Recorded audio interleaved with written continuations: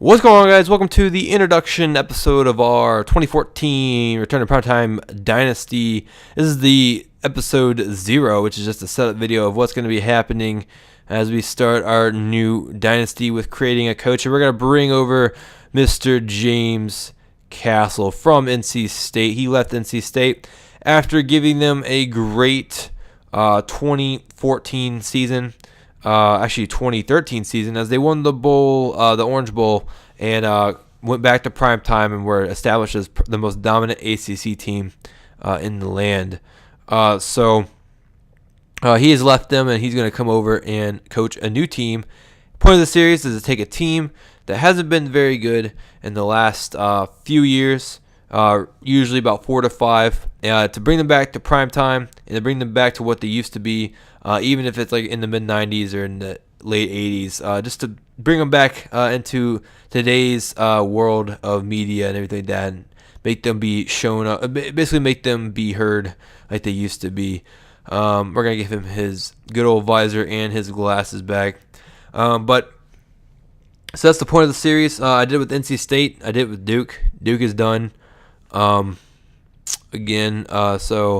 NC State was probably one of the best things I've done on my channel, and it was awesome. So, and I held a poll for this series. It was open for about 2 weekends, and I closed it. So, and I will reveal what the actual what the results were in a few minutes, about 7 minutes from now. I just have to show you guys what all the setup stuff that goes on.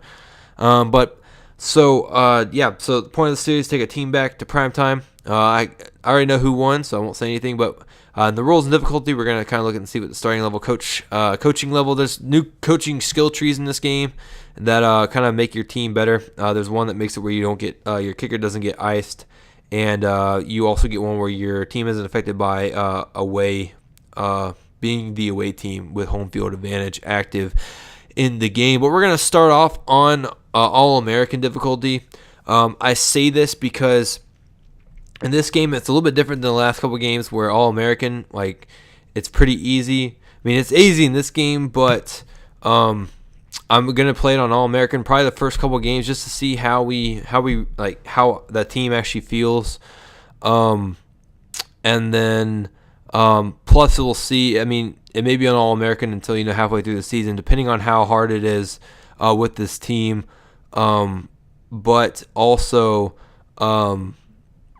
I would say that probably in our 3rd or 4th or even 5th week, we will definitely be up to Heisman, depending on how it goes. Not saying that I won't take losses, but I'm just saying I'm not going to do it on Heisman just yet. Just because I haven't been playing it on Heisman yet in this game, just because I was playing on my USC squad, and it's pretty tough. Pac-12 is pretty tough on Heisman. It's even tough on All-American at this point. Until you really get into the groove of the game. So we'll see how it goes. It should be pretty easy. I'm taking all the independent schools out, except for Idaho, and putting them into different conferences. I think the independent conference is really stupid. Honestly, I'm going to throw good old Notre Dame into the American Athletic Conference. So we're going to start off on All-American just to start off on that, and then we'll move up the Heisman like we did in Penn State. I mean, not in Penn State, in NC State. Sorry, my bad. I saw the Penn State logo back there behind the conferences. So we're gonna look at all the different conferences. As you can see, Pittsburgh and Syracuse are the new teams in the ACC. It's pretty exciting. This year will be pretty cool to see how they react to ACC football. I love ACC football. I've always kind of thought it's underrated. But that's just how I feel. SEC football is great and everything like that, but ACC football is sometimes better to watch, in my opinion, because you usually have a bunch of crappy schools facing each other, and it's actually sometimes more exciting to see that. That sounds really stupid, but that's how it goes in the world of sports. So we're gonna look at the BCS Bowl tight ends. I'm gonna wipe everything clean and choose specific conferences that get in.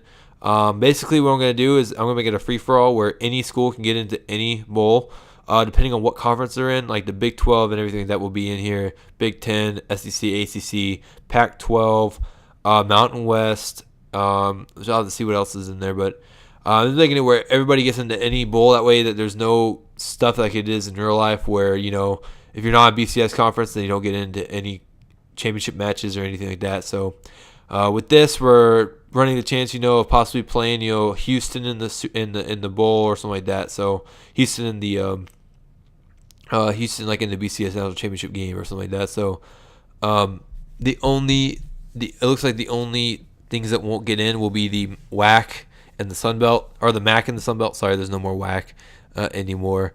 So those are the only ones that will get in. As we begin this dynasty, we will see who we are going to go based on the poll that you guys filled out. That was up for a couple weekends, like I said. I think really scheduling in this game will be pretty cool, because I know that there's some neutral site places, and we're going to go through who was on the actual ballot to start with in the way of being in contenders to go back to primetime. So we will go through them all here in a second. The first team was Arizona State. They were pretty interesting, kind of interesting to possibly go for. They were on the air raid, pretty sure. BYU was the second one, Mountain West Conference. They're pretty decent. I thought about them long and hard, even before I did the poll, and it turned out the way it is. Next squad on our list is, I believe, let's see, next squad, it would be, who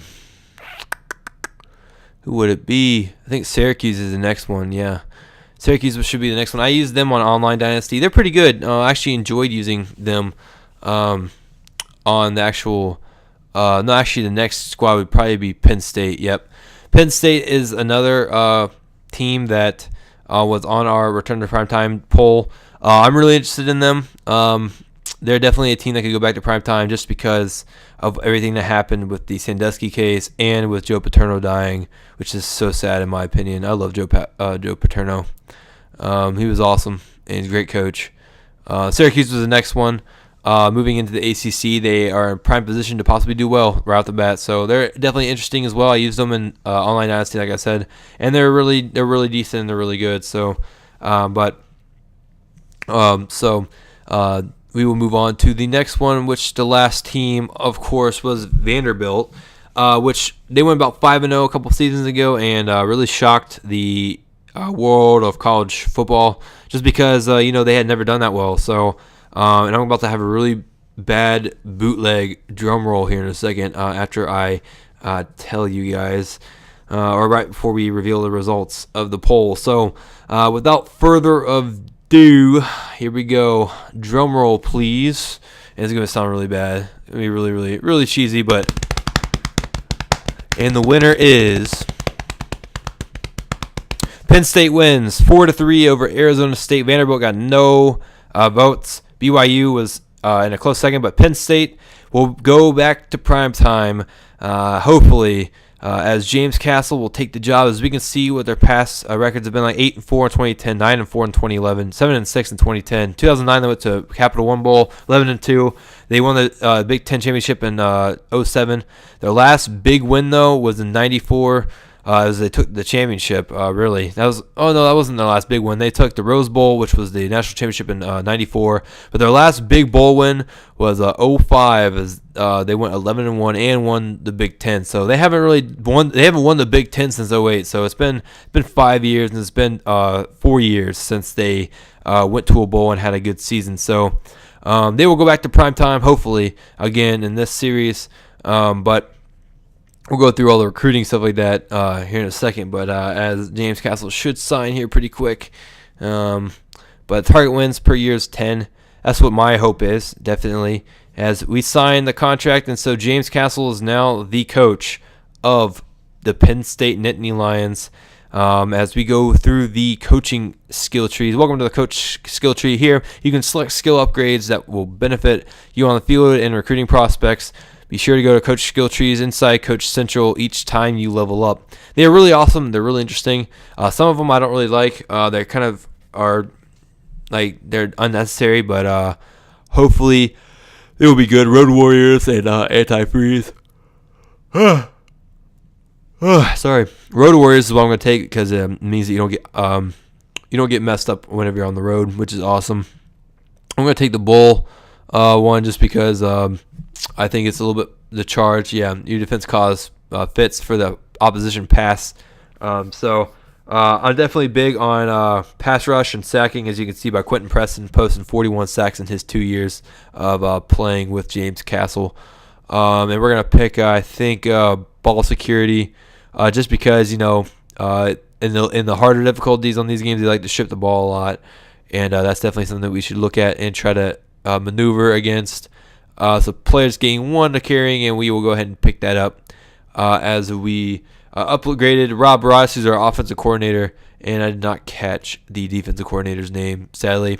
I will look at that in a couple minutes, but we will go through our good old depth chart too, and go through some of the offensive. Some of the offensive people as I stutter really bad. But we'll go ahead and create. Actually, we'll skip the recruiting.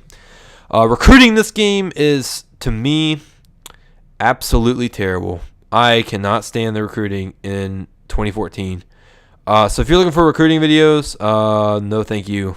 I'm sorry, but I cannot sit there. It would be really boring because you don't do like any kind of interaction like at all in this game. It's just putting points to somebody every single week without actually like asking them the questions that you want to ask. But this will be strictly games, so we should only have about 16 or 14 games this season for this. So about 15 episodes in season 1. Which, if that's possible, then I am all for it. And if we actually get to where we have 15 episodes in the first season, then I will take that. That means that we made it to a bowl, at least, if anything, and possibly the championship game. So maybe 14 or 15, depending on what happens. But I'm excited about this, honestly. Penn State has always been kind of like one of those teams I've always wanted to kind of do this for, just after Joe Paterno died, just because I really liked the man.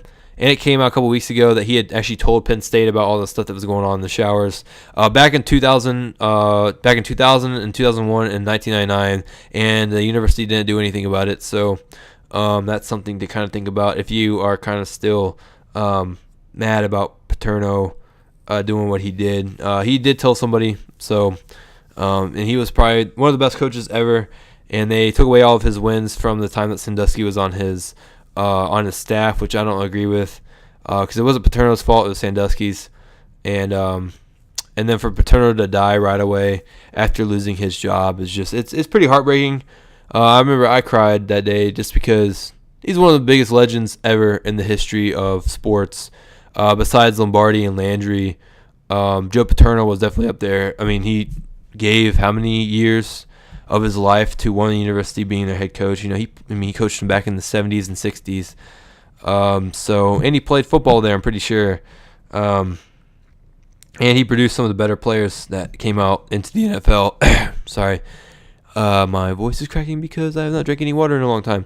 But that's just how I feel. So I'm excited about possibly bringing them back to primetime. That's my goal, and I plan to do it. So I mean, if we lose 4 or 5 games the first season, I'm fine with it. Apparently, that's more entertaining to people, just based on some of the comments I've gotten as of late. A year after I started my NC State Dynasty, were apparently telling me that my stuff is kind of not entertaining because I wasn't losing. I found it entertaining. Just because we were winning, we were doing good, and we were having fun doing it. And it was fun to see the players get better and better as the games go on. And the Orange Bowl against USC was so awesome. The way it ended was awesome, and I hope you guys liked that tribute video. I'm sorry that you cannot watch it on mobile. It's because of the music that I use in it. They were like, you can either make it where you can view it on PC and be able to hear the audio, or you can view it on mobile and not have audio at all, and it wouldn't make any sense if you couldn't hear the audio. So I just chose not to accept it or acknowledge it. So that's just how it is. But excuse me real quick.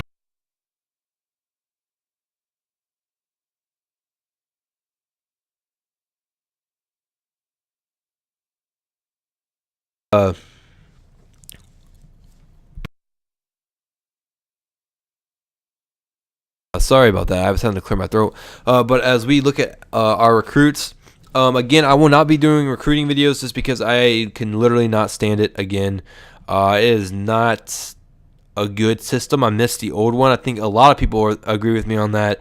I've noticed like not as fan of Mr. Hurricane or the same way they're very put off by the recruiting because you really can't control it. It's more of the fact that you put in the points in there and you don't see any results. But hey, once you just throw out a game and you don't patch anything, this is how it goes apparently. But definitely, I don't know. The recruiting, I was completely turned off on it whenever I started playing it. I just don't feel like there's no personalizing to the each person that you recruit. There's some recruits that you actually like due to what they actually care for. And for me, I always like the guys that are more academic wise whenever I'm recruiting them. But now you can't do it. Now it's just like, oh well, they like you this many amount of points, and then these guys like you this amount of points. So I don't really agree with how they did it, but it's just sour grapes at this point. Because they're not going to be able to patch it because it's already in the game code. So unless they really like recalled and blew everything up and redid it, they wouldn't do it. It's like the only thing I see really wrong with the game. That and shoestring tackles. There are a lot of yardage that is taken away because the defenders will dive and barely get you. So I don't know if there's like really a way to fix that or not. I probably need to look into that, but definitely the shoestring tackles and the recruiting is definitely something that has kind of maybe not like this game as much. 13 was probably one of my favorite NCAA games, but again, I played it a lot more than I've played this one, obviously. So just due to the fact that I spent a whole year playing 13, and I've only spent since almost basically a month and 14 days playing this game. So but as we look at our depth chart, Steve Jacobs is our quarterback. He's pretty awesome. Josh Roberts and AJ Randall are our two running backs. Curtis Weber is our fullback. Colton Bowen, Matt Dortch, Herman Daniel, and Brad Matthews are our four wide receivers. Our tight ends are Bill Morris and Robert Osborne. Our kicker is EJ Bell, and our punter is Ira Baker. And I promised to try to get EJ Bell's name right. I think I called Oliver Smith Olsen Smith probably like 12 or 15 times over that whole series. Probably the entire time I called him Olsen or Owen. I think I called him Owen quite a bit too. His name was Oliver, and I finally figured that out after a while. But we're looking at our schedule. First game is against Syracuse at a neutral site. So we face UCF and then Kent State. So we have 4 straight games of non-conference play, and then we get into our conference play after our bye week. I was thinking about going to Central Michigan. I thought about it a lot, and then I was just like, you know what? I've played Central Michigan quite a bit in my off time just because that's who I opened up against every single time I'm in my USC Dynasty that I've been playing through. So I'm going to go back to Eastern Michigan. We're going to go into Eastern Michigan, and then we'll go home for UCF and Kent State. And then we have our bye week at week 5, and then we play Indiana, Michigan, Ohio State, Illinois, Minnesota, Purdue, Nebraska.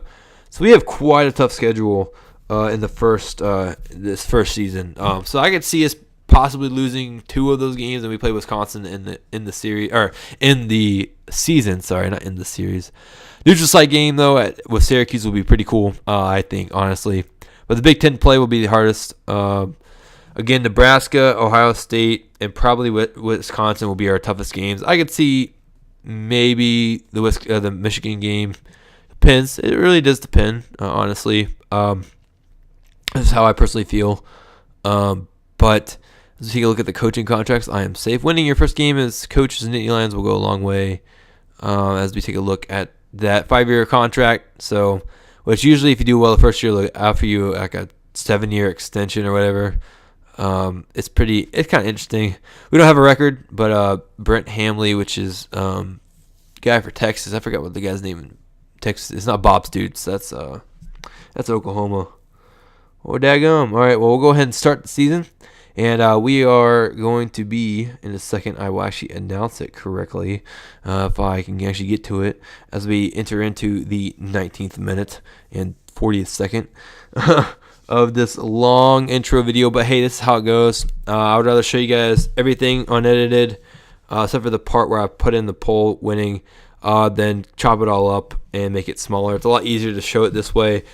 just because you'll be able to see the transitions over into it and see how that stuff has changed. And how about the new Xbox guide stuff going on? Yeah, no, they changed the color to be a little bit darker of a green. That's a big update, and they made it where there's no more Microsoft points, which is sad because I think Microsoft points was a great idea, because instead of giving somebody money, you could give them that, and it would go a lot longer because you can buy stuff a lot better. Than actually, it makes you feel kind of different buying something that's not actually real money. So that's something to really kind of think about. As I spit all over my mic, what is wrong with me? Studio updates are something that have improved. The whole presentation has improved in this game. I'm so excited to show you guys that. Kind of thinking about how I'm going to introduce each video. But we start off the season. The season is underway in the Return to Primetime series with the Nittany Lions in 2014, NCAA 2014. We start off the series in a neutral site game against Syracuse. So thank you guys for watching, and I hope you guys will have as much fun with this series as I plan to have. So thank you guys for watching, and I'll see you guys next time. See ya. Bye.